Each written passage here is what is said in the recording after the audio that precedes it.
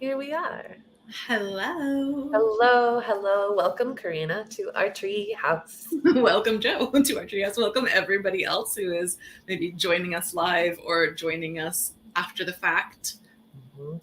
If you are joining us live, we would love to hear from you, see your comments, do you. But we'd love to say hi and just know who's here if you want to check in. Hmm. Whew, okay. We are in March. We are in the midst of March. It is real. It is real right now. And Joe, you were saying that it'd be fun and maybe like useful in a framing way to check in on our poem so far, because this Mhm. entire calendar has a year-long poem, which is kind of Yeah, like a spell. So you got it memorized. I sure don't. Something in my yeah. world is dinging. So Something sorry. is dinging. Yeah, I do you know it's my fault. It's across the room. know? Anyway, Right. Yeah, yeah. so our hi, Olivia. Um, our poem so far, like this is also an exciting line in the poem because so far we're just setting the stage, and this is the first time we actually are taking some kind of action, some kind of informed action, even though that action is a little strange. So the poem so far is behind the mind. Nope, sorry.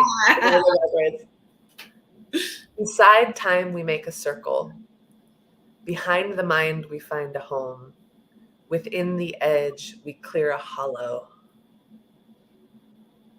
And what I love about that so much is that the rhythm of that, the poem rhythm of that, kind of sets us up to know that, like, there's another line coming next month that's going to kind of complete that, at least that poetic phrase.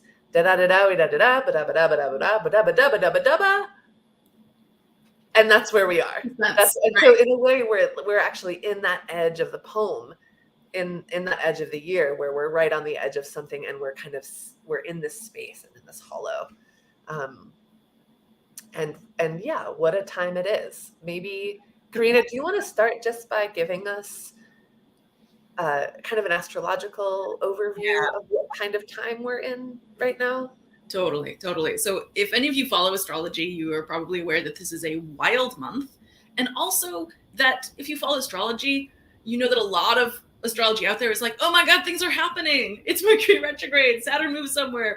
And that there's a kind of vibe, there's a low level, oh my God vibe happening on the internet at all times around astrology, no matter what is happening astrologically.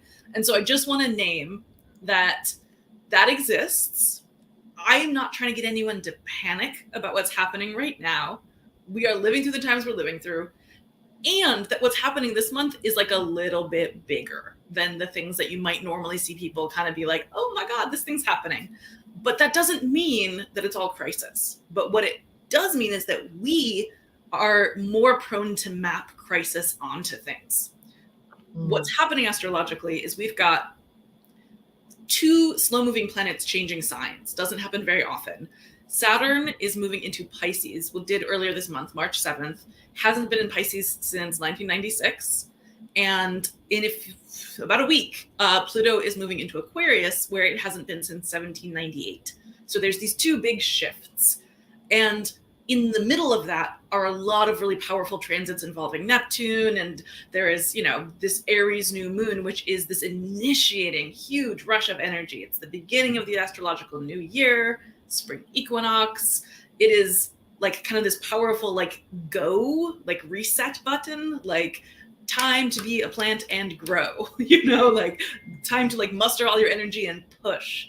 And this is happening between these big kind of cosmic shifts that we don't understand yet. We don't understand what the world is going to feel like as we're living into Saturn in Pisces with Pluto in Aquarius. We're going to learn more and more about it over time, but like right now we're really in the space of not knowing, of being in the kind of chaos of change with this impulse that's kind of pushing us to be like, do the thing now. Well, Well, you can tell Karina, where my face is going. I'm like, blah, blah, blah, blah, blah. Joe, you want to interrupt?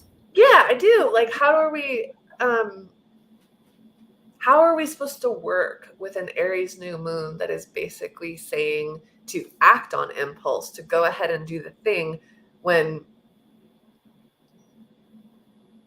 when we don't know where we are and we don't necessarily know what I mean, this is partly what I want to be talking about with this spell is like, what are we acting on? Like, Yeah. if we could talk about what the edge is in a lot of different ways. I like to think about it as, sure, you're at an edge in some kind of transition, right? There are edges in transition. So you're talking about big planet shifts, right? There's an edge there. We're in an edge of kind of in between space, Totally. that liminality, right? Mm-hmm. But an edge is also your limits, like up against your capacity. And when I do that, I think about like intensity, Mm-hmm. right? And so there's an edge to there being an emotional charge that is trying to or helping to fuel some impulse or some action, which feels very Aries, right? Yeah. And part of what we're talking about in this spell is like within the edge, we clear a hollow, which is like very different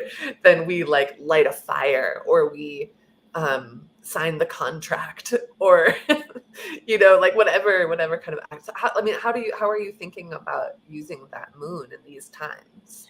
Yeah, I mean, I think there's a reason we wrote the spell the way that we did for this particular month, where it wasn't within the edge, we light everything on fire. Within the edge, we pursue everything everywhere all at once.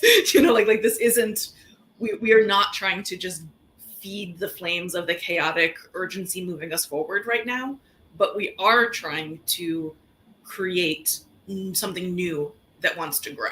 That is the goal of Aries, fundamentally. Be ready to let something new grow. Be ready to take a risk toward that growth rather than staying in the liminal space of Pisces, where everything has been dissolved and there's no clear boundaries between anything, right? Mm-hmm. And so maybe let's spend some time talking about what it means to clear a hollow, which is not a phrase, I think, it's like wide around in the world where everyone's like, oh yeah, totally, time to clear that hollow. Yeah, in the edges. Yeah, I know exactly what you mean. So maybe we should talk a little bit about what we mean by this. What's that? Clearing some hollows. It's spring equinox. It's gonna clear some hollows. Oh yeah, within the edges? Yeah, totally. Uh-huh. Mm-hmm.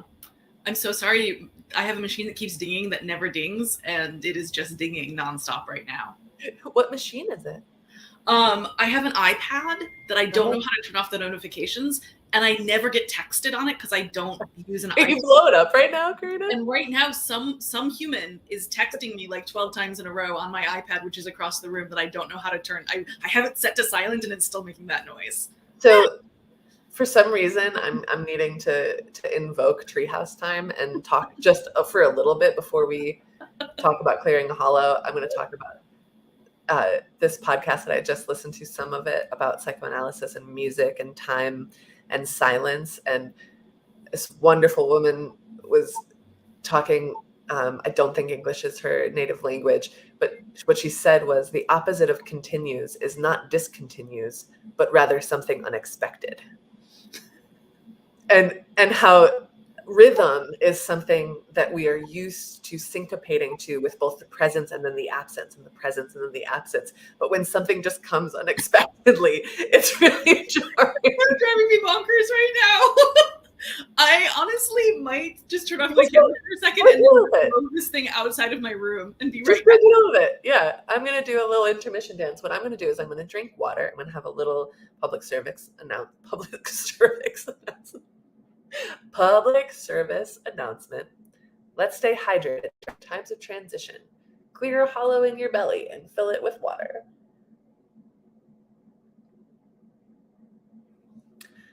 Hi, everyone.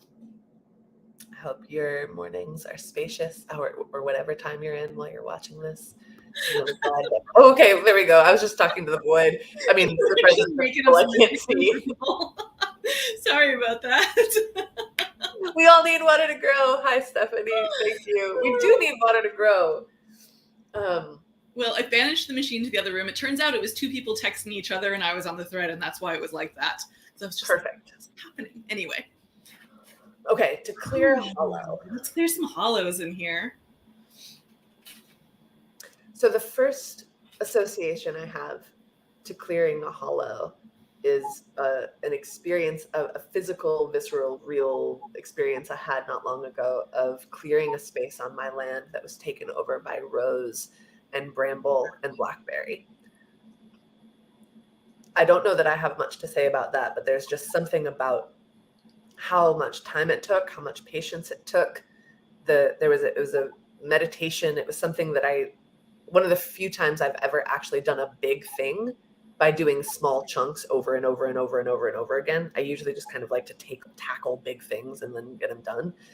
But my second association is more one of, I don't love the word mindfulness, but that's what I'm thinking of clearing a space within my experience where I'm just experiencing and whatever is happening is kind of streaming through, but there's a space, there's a hollow, there's something happening between me and my automatic impulses or automatic urges. And there's something about that space that nurtures deeply my experience of being me and my relationship actually to who I am over time. Because there's some sense that in that space, I have time. I have time to choose my actions. I have time to respond emotionally to what I'm noticing is happening. There's just this space that is such food for me actually getting to live my life and not just be having a life be lived through me that I'm not really engaged in to that same degree. Totally. Yeah. Well, while you were talking, I'm thinking about this kind of time magic, but I'm going to use a tactile metaphor for it that is more about space.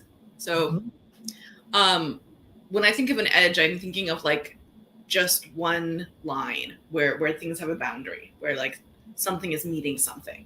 And it's this almost non-space. It's really slender, like the edges of things where things meet.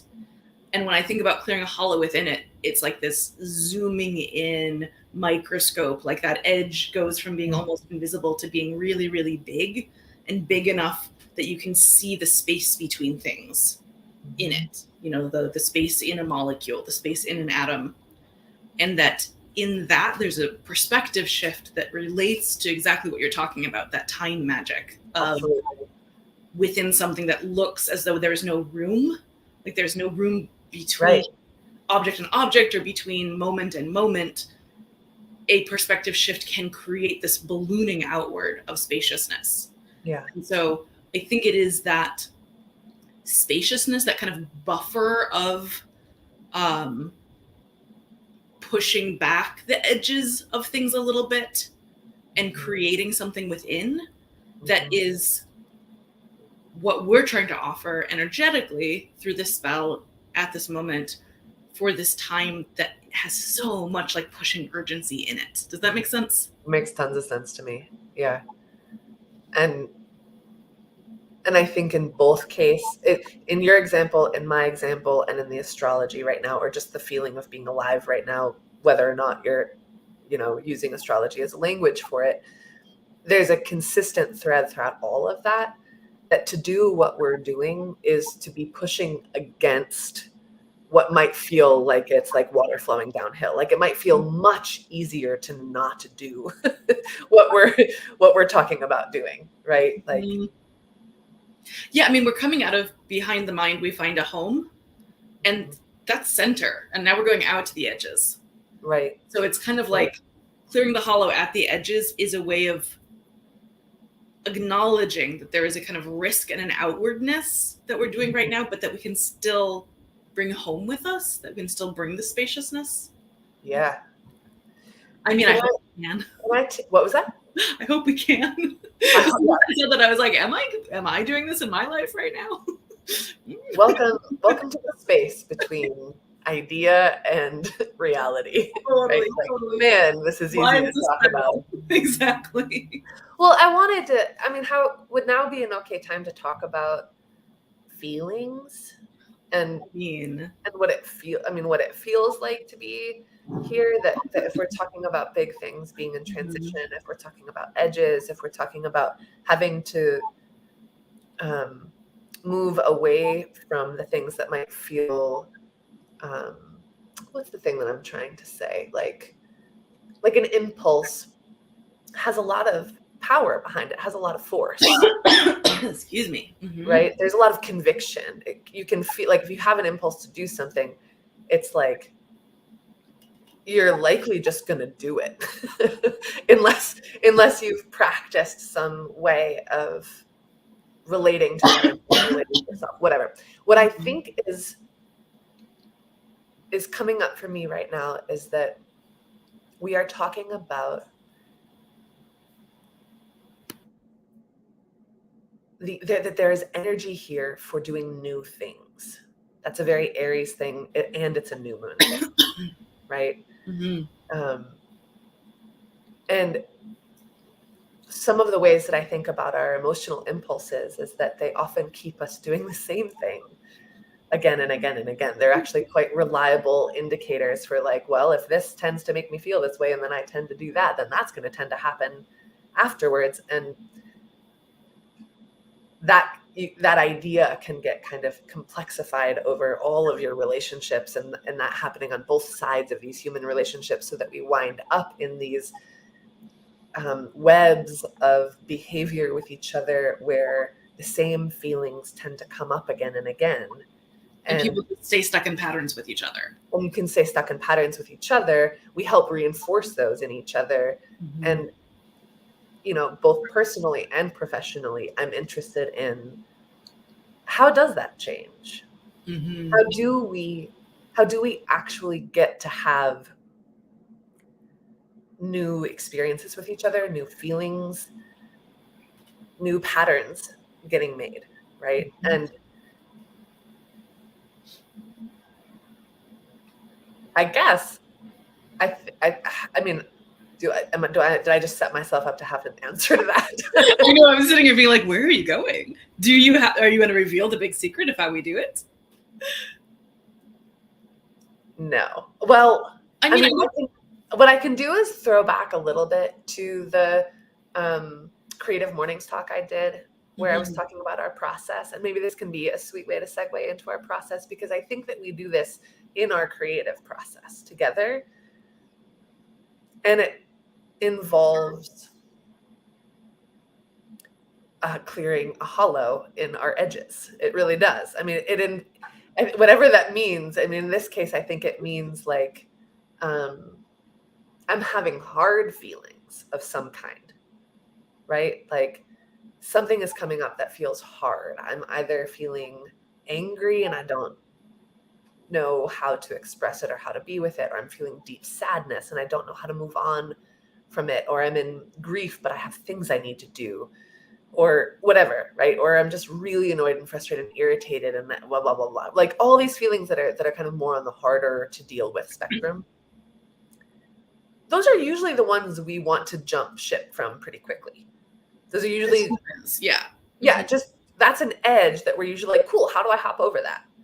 Yeah, so I think not feel that one. Let's not feel that one. And I think what I'm trying to connect here, and I finally have the words for it, is to clear a hollow in the edge emotionally is to make a space to actually feel your feeling.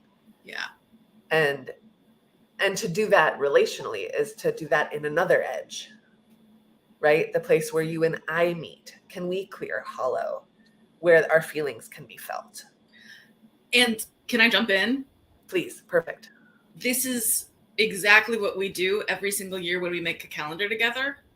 Is we come to the art making process needing to notice, where are my internal edges? What am I feeling as I sit down to make art? What is coming up emotionally around what we're trying to pull through? And then also needing to be in a container with each other where we're each doing that individually, and then we come together and we're like, hello, here is the deep grief about the world that I am feeling that is blocking me from accessing any kind of images. How are you today? Right? Oh, and this is the place in which I'm trying to show up to this as a grown-up, but feeling kind of like I'm in a regressed child state. And how is that going to work? Totally. Mm-hmm. And so I just wanted to name that as we are living through this kind of wild, there's a lot of like heightened emotions and crisis energy floating in the collective in this month in particular. Joe and I are in art process. We are beginning the 2024 calendar. I'm sorry, I need to interrupt you. Only because there was something we were talking about in our prep for this that's so important. Was that really frustrating interruption? Structure for us. I created this structure. We're going to go from the thing to the thing. But there was something that you said earlier that needs to come in right now. We're going backwards. Go for it. Which is just what you were talking about in our prep time for this, was like, can we actually get across that feelings aren't emergencies always? Mm-hmm. Right? I mean, there are times when we are in emergent situations. There are emotions that come up and they are relevant and related to that crisis. That is not what we're talking about. But to feel angry because someone crossed a boundary, right? Mm-hmm. Or like to feel like that part of what might be a challenge around this new moon and around just the way that we are with our emotions is to recognize that like a big feeling isn't actually a fire that needs to be put out or a problem that needs to be solved, but rather something that you can create a space around and literally just hang out with it. Mm-hmm. Right? Sorry, that was something about that felt really important. And we're making the 2024 calendar. Yeah, we're making the 2024 calendar. And it is called How the Light Gets In. It is named after a Leonard Cohen song. It's a continuation of this very old new thing we're doing with spells. We did small spells for a bunch of years, and then we took a break and got weird and experimental with a few different calendars. And then we got the message from our guidance that it's time to do spells again, but they're not small anymore. They're really kind of big. And so this year's calendar that we're working our way through is about showing up to these changing times, climate change, global upheaval, pandemic, like all of the things that are at play that a lot of us are feeling a lot of fear and stuckness around. And this calendar is about how do we hold ourselves through this experience of these times so that we feel a sense of togetherness and a sense of creativity and curiosity about the future, right? And is that the larger umbrella for the whole new wave? Yeah, exactly. Yeah. And 2024 will be a continuation of that. And I want to say that our process so far really has had so many feelings in it. I begin almost every single calendar making process by kind of trying to tap into the energy of the future and then being like, oh no, whoa. And then remembering, oh, right, the point is not to be in the overwhelm. The point is not to just be stuck in the feeling of despair or grief or confusion or uncertainty. The point is that we as artists are bringing something through that's needed right now, and we need to go find it. So we've been in the process of finding that, and it is really like exciting and challenging, and it's best done together, I think. Like, I'm really glad we're together in this process. But one of the things that we get stuck on, because, collaboration, there's always these moments where one person is like, I like it this way, and the other one's like, I don't know about that, or that isn't working for me. And so what we get stuck on is, Karina, how does the light get in? So we agreed on this title. I think I had a little more love for it and was really pushing it and was like, this is definitely the right title. And Joe was having a harder time understanding how the title would relate to the whole theme of the calendar. And we had this, we'd have these long conversations. I think I've asked Karina, how does the light get in? Like at least 60 times. But like always as though it's the first time. Always as though what we're really talking about is like, how will, what are the colors in this one, and what animals, and what is the story that's happening, and like. But Karina, yeah, but how does the light get in? How does the light get in though?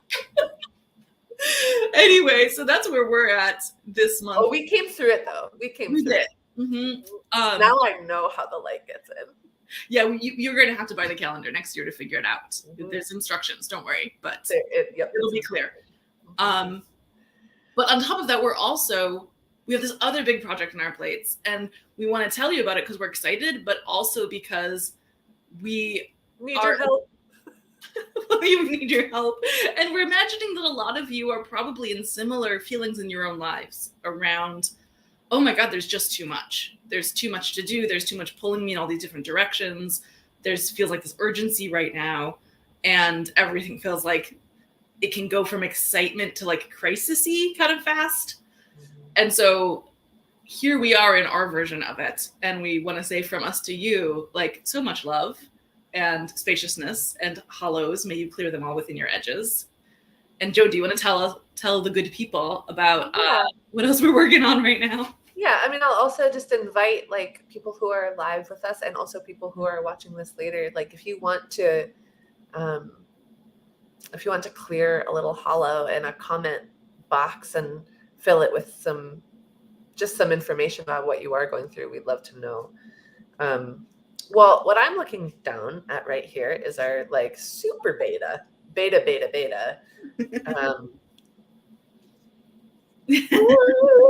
deck. It's our oracle deck that we made, and it has ginkgo leaves on it. Yes, it does. Yes, it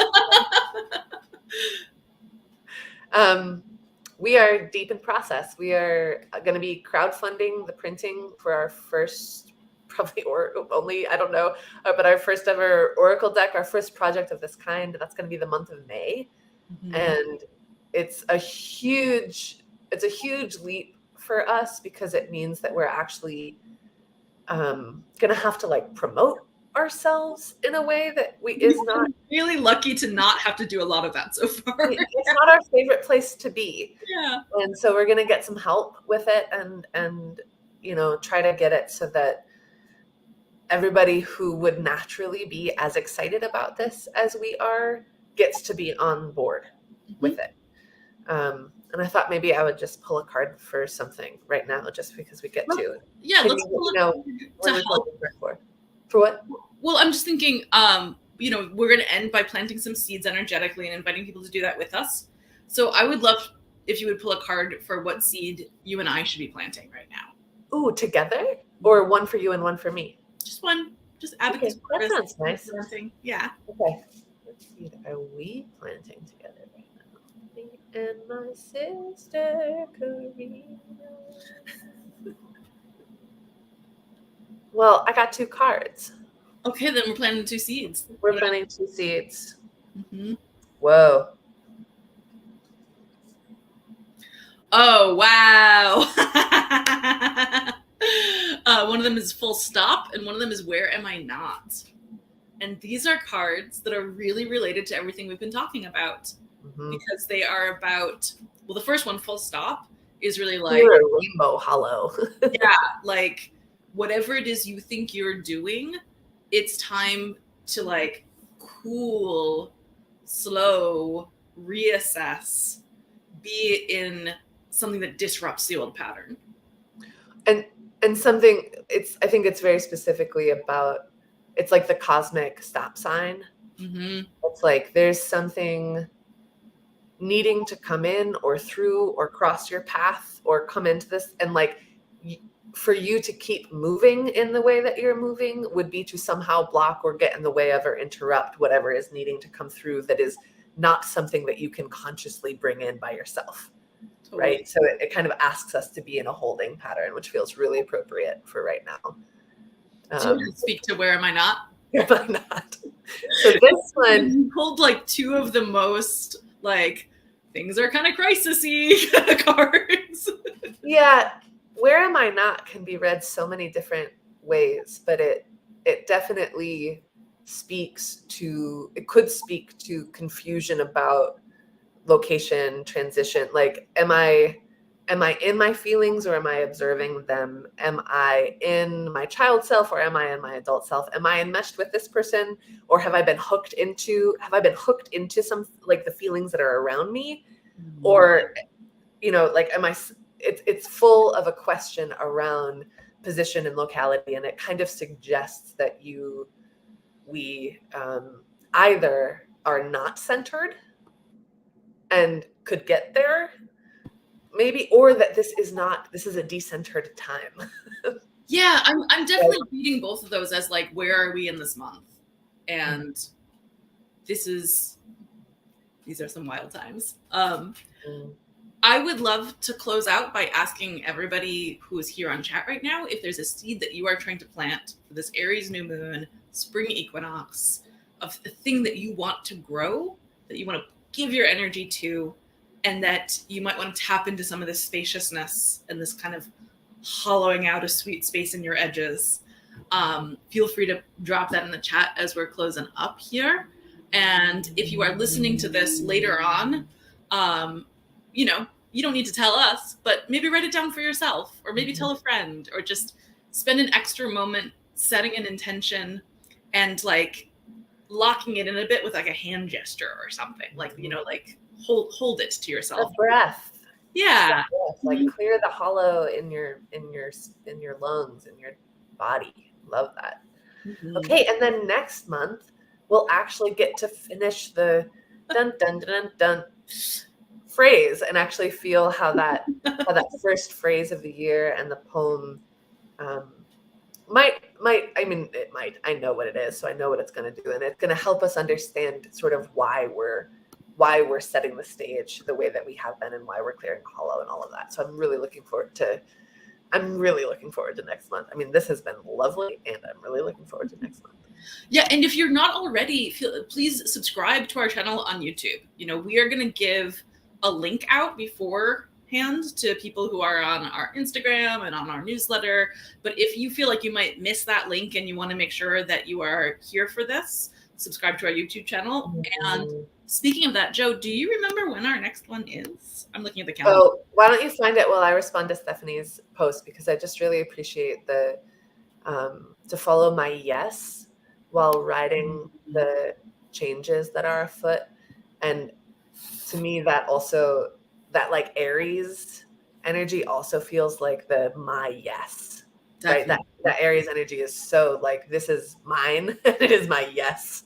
And it's just so, I mean, maybe that's also the where am I not, right? Is like when everything is changing, especially if you're someone who's sensy and feels all the stuff that's happening, like,